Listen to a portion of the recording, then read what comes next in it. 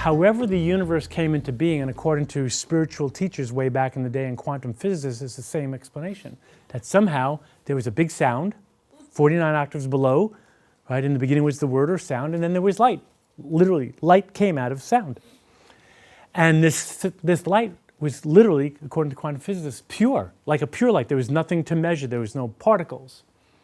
And then all of a sudden this light began to move and became you and me and this table and everything else that's ever been and ever will be. So the reason why I want to bring this up is because we are, at least I am, an idealist. I am. I grew up as a boy like, why can't we all just love each other and get along and love each other and get along? And that's where I was at. I know that all of you as humans have an ideal about how things could be. Does that make any sense? At least I do, and it sounds like from the nodding of all your heads out there, you do too. So in my realm, ideal or unconditional, like unconditional love, that means it's pure, right? There's nothing to measure, it's pure. There's no other, that's just pure love, it's pure whatever.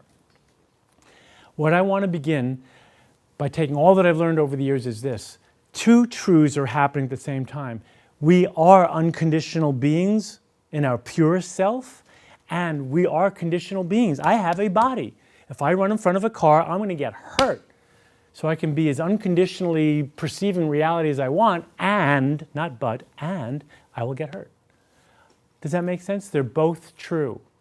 I want to begin this section by making you black belts that life is not fair and it's also ecstatically wonderful. See, idealism is real and so is conditionalism. Unconditional, conditional. Everything came out of some pureness, so it is pure and it's also impure or conditional. Does that make sense? They're both true. This is a dual reality. In spirituality, there's like a non-dual part, which is the pure light. You know, what's the part of us that's pure? Because you came from purity. So you have a purity to you. And also accepting that there's a conditional part also, like objects and people and things. Really important. Now, we don't have the time in this workshop. This would be a separate weekend workshop, which I've led, on spirituality and helping people discover reality or God or the universe or intelligence or however you would call it in a way that's deeply profound for you. And since we don't have the time in this workshop to do that, I want to let you know as a spiritual development personal life coach for people, if you don't have this sense as to what I call, what are you? What is this? Which is the oldest question that humans have been asking, right? What am I or what is this? If you don't have a good answer for yourself, your children know that. And that's where the apprehension begins. So you want to be able to put your parenting into a much bigger context. Sometimes you have to just relax and retreat into something bigger than just your conflict or your home struggles. Does that make any sense? And if you have a bigger sense as to what are you, more unconditionally speaking, you need to practice going there a few times a day. You need to meditate. You need to contemplate that so you can bring that into conditionality. So I can be here in front of you conditionally, right? Object to object. I'm here, you're there. We're dual, we're other. And I never forget my non-dual pureness because I practice meditating every day and reading my stuff about what I think God or reality or intelligence or supreme being or whatever you might call it. Does that make sense?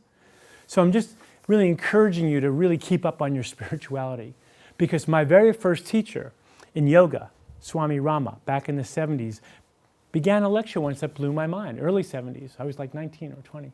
And he said, your family is your spiritual path. It's not separate from it. So how are you going to fold in your spirituality into your home? So I just want you to get that. You need to be relaxed at a very deep level to parent well. And your spirituality, whatever it is not your sons or your daughters, like Rochelle's saying. Like, they're not a failed version of you, they're them. You need to model for them that you have some way that's bigger than everything, including all the people in your home and all the problems. while you give it your best to be conditionally related as beings in a clan. Is that making any sense? I mean, I know it's big stuff.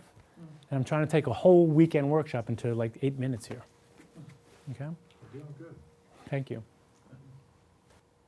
So, dealing with your sons, I'm going to ask you to bring this context. Whether you believe in a creator or not, I'm not attached to. We all need to agree that this is a creation, though. We're all here as part of creation. And you and your children are creatures in this creation. And what I can tell, it's just what's true for me, that our main impulse is to be creative, is to creatively express ourselves. Everybody has an innate desire to creatively express themselves, including your children. They're creatures of creation, and they're your children. And the desire to creatively express themselves supersedes your desire for them to behave the way you want them to all the time. And I'm saying that as a parent. I get it. It's brutal. It's hard. I just want you to hear that. Welcome to reality itself.